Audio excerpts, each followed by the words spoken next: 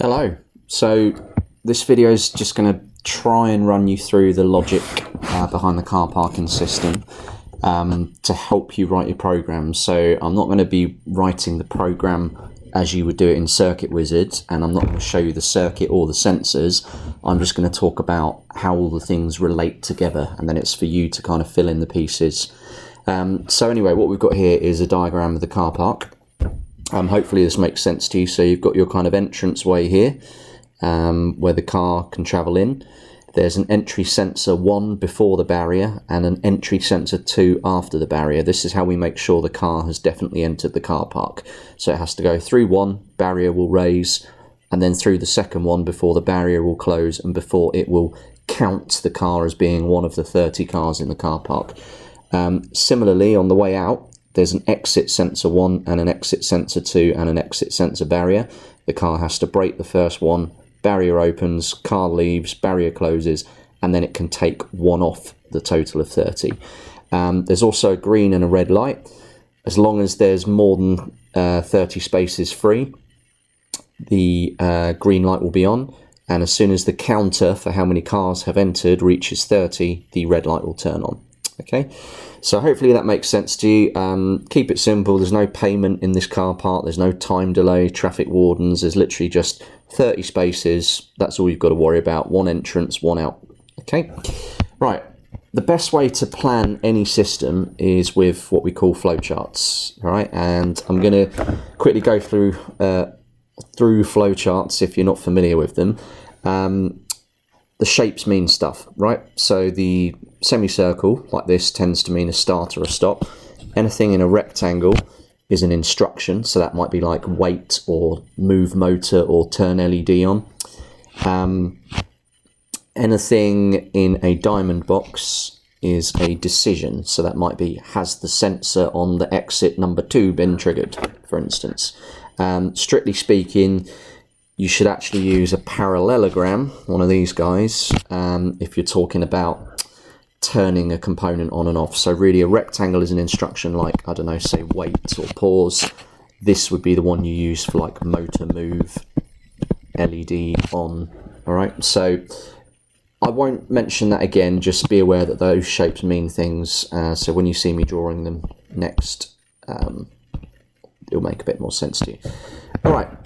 The way I would approach this problem, before you start, well, when you start your program, there's one thing you need to run initially. Like a lot of programs have an initial kind of boot up sequence, things that you would set up. And for the first time you power this up, you've installed it in your car park, you power it up, you would assume that 1, there's no cars in the car park when you install it, and therefore you're starting afresh, if you like. So to start afresh, we need to start with certain things in mind. So what I'm going to do, my very first thing is I'm going to do an instruction. Actually, I'm going to do this in black just because, you know, I'm fussy. So we can have an instruction, rectangle box. I'm going to set car counter to 0. That means, all right, it's the first time we've turned this thing on. Let's tell the system there are currently no cars in the car park. I'm also we know which thing over here tells us or tells the driver there's space in the car park. It would be the green light.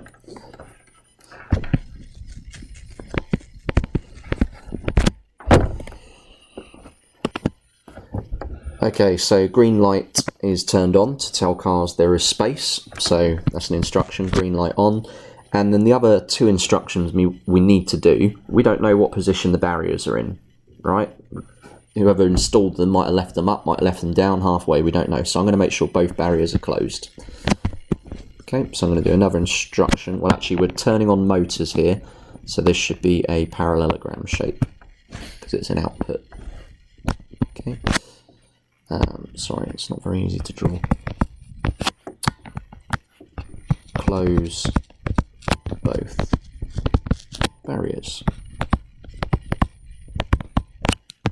Okay, right, so that whole thing there only runs once, so that's our kind of start sequence, and you're going to have to do similar in your programming. All right, that would be my advice. Next thing I would do, we need to now, the system's ready to run. We need to now be there looking for cars, right? So we're going to detect whether a car has entered. What we're going to do is have a decision box, because that's what we're doing, we're making a decision.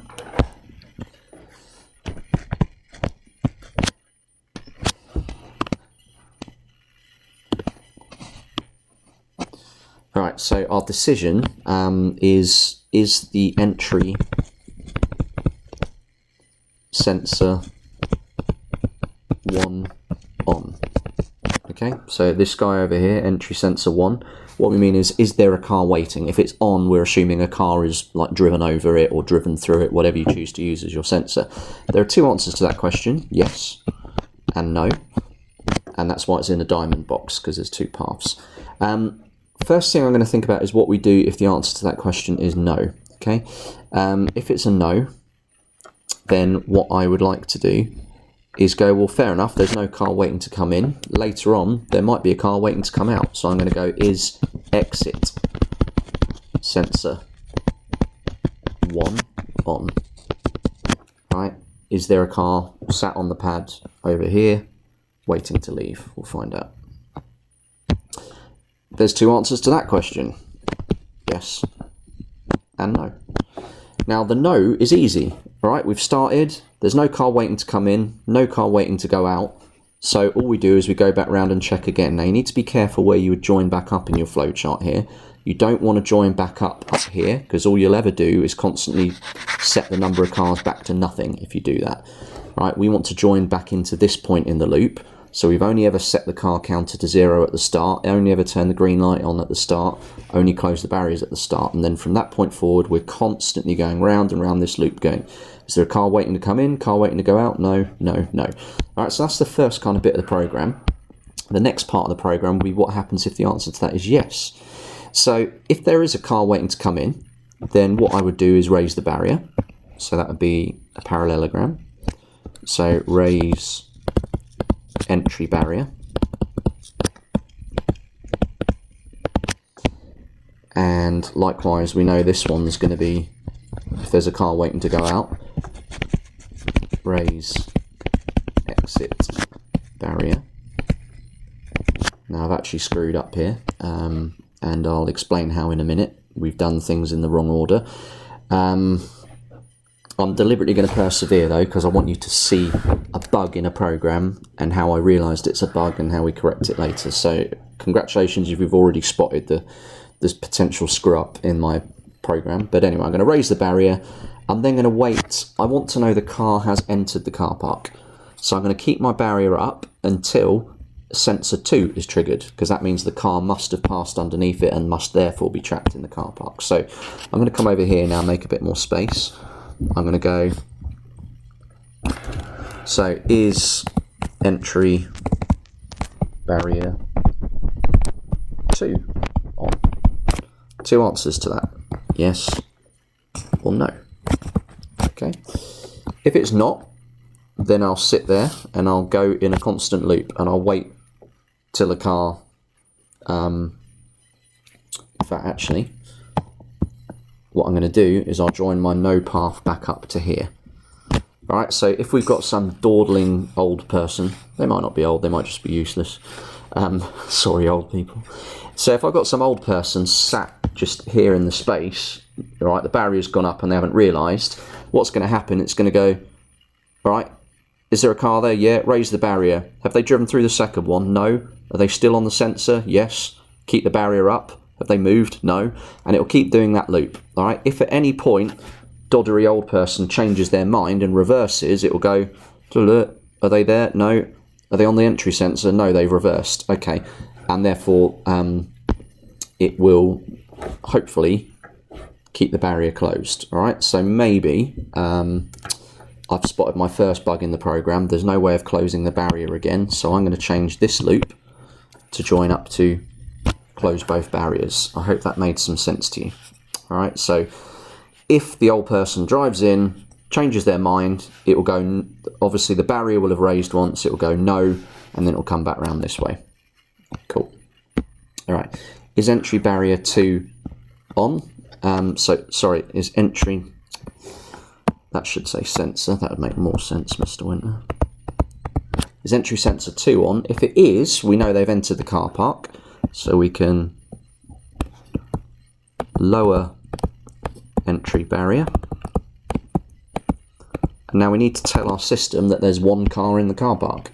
So we would do this with an instruction. We're going to add 1 to car counter. Alright, so that means car drives in, barrier closes, good. Alright, and then we need to just go back round to the start again. Now there is something I've missed out on my system, and you'll see why in a minute. We've missed out the part for checking whether 30 cars are in the car park or not. We're just going to finish it as we go anyway, so we're going to raise the we'll do the exit barrier part now. So we'll raise the if a car's trying to leave, we raise the exit barrier. We then ask the question,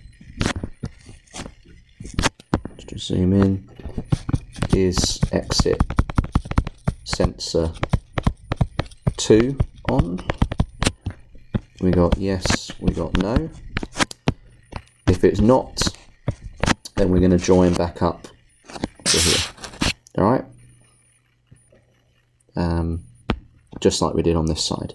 And that means if they haven't driven through the barrier, we keep the barriers closed, check that they're still not waiting there, okay, and then carry on. If they are there, then we will, if they have driven through the second sensor, sorry, that's so they've gone through the first one, they're on the second one, we know it's safe to close the exit barrier.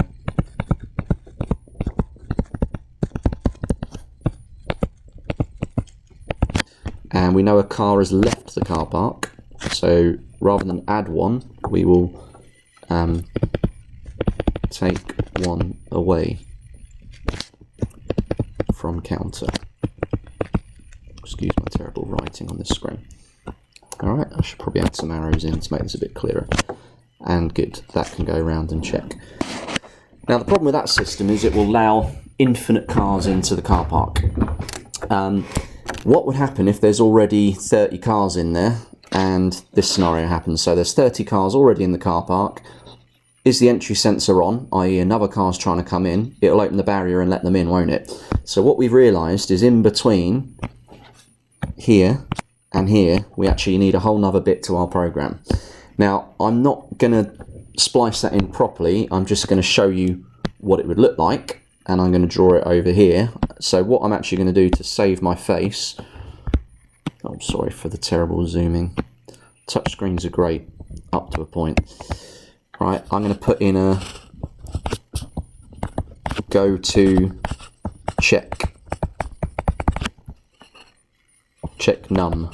All right, so I'm going to call it go to check number sub. All right, and I'm going to do the same here. Okay. Go to check number sub.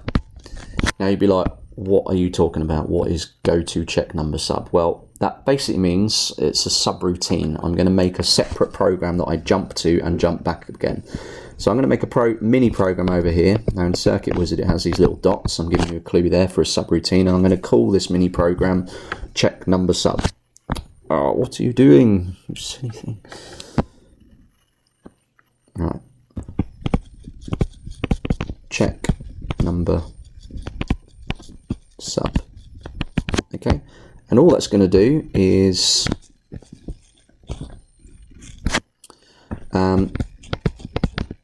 it's going to ask a question. Is counter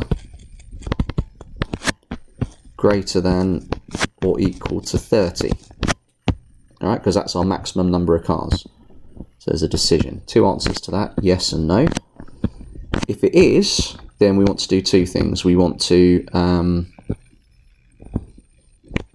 close entry barrier.